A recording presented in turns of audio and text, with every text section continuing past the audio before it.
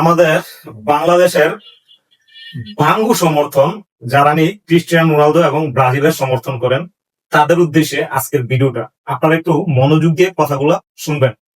কিন্তু আমি দেখেন শুরুতেই বলে রাখি, নেইমারকে আমরা ভালোবাসি কারণ নেইমার মেসির একজন বেস্ট ফ্রেন্ড, প্লাস মেসির সাথে বার্সেলোনাতে খেলেছেন। কিন্তু ব্রাজিল আর রোনালদোর ফ্যান যারা তারা বাঙ্গু উগ্র, তাদের উদ্দেশ্যে আজকের এই ভিডিওটা তৈরি করা। যদি আপনাদের কাছে ভালো লাগে থাকে অবশ্যই লাইক কমেন্ট শেয়ার করে দিবেন। দেখেন, রোনালদো যখন তার বয়সের কালে ফর্মের তুঙ্গে এবং সেরা ছিল, সে সবসময় মেসিকে প্রতিদ্বন্দ্বী নিত এবং সে মেসিকে মানে পাত্তাই দিত না।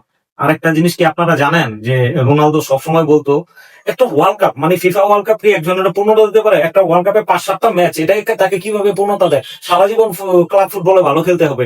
ওই বাঙ্গু সমর্থনরা এখন পর্তুগাল যদি বাদ হয়ে যায় তাদের কোনো সমস্যা হয় না। পর্তুগাল ক্রোয়েশিয়ার সাথে কেমন করে পেনাল্টি পাইছে বা ক্রোয়েশিয়ার গোল কিভাবে মিস করছে, এটা তাদের জন্য সমস্যা না। সমস্যা বাঙ্গু সমর্থনদের আর্জেন্টিনার বিপক্ষে।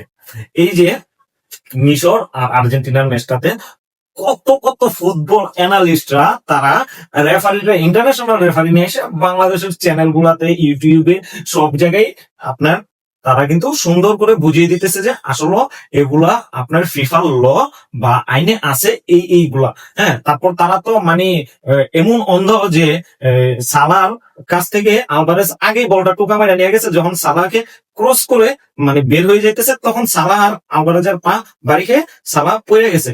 কিন্তু একটা জিনিস খেয়াল করছেন, সবাই আবেদন করছে ওইটার জন্য, কিন্তু সালাহ আবেদন করে নাই।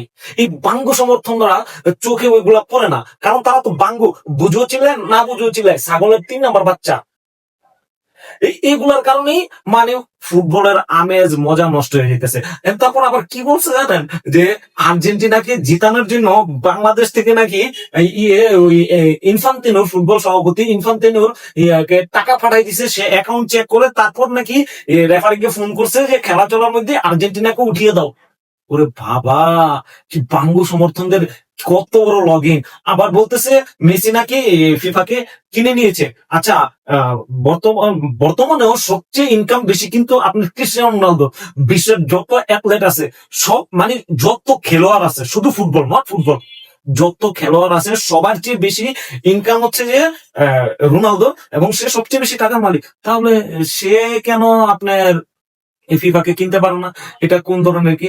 তারপর দেখেন অনেকেই বলতেছে মানে আর্জেন্টিনা, দেখেন আর্জেন্টিনা কিন্তু খুবই একটা গরিব রাষ্ট্র তুলনামূলক ভাবে অন্যান্য দেশের তুলনায়, ল্যাটিন আমেরিকা বা ইউরোপের তুলনায়। হ্যাঁ, তাহলে আপনার ফিফা যদি আর্জেন্টিনা যদি ফিফাকে কিনতে পারে, ফিফা সভাপতি তো আপনার ইউরোপে, তাহলে ইউরোপের কোন দেশ কেন কিনতে পারে না? তাহলে ইউরোপের যেমন রাউন্ড অফ 32 থেকে ইউরোপের তো জার্মান, নেদারল্যান্ড এত বড় বড় দলগুলো কি কারণে বাদ হয়ে গেল?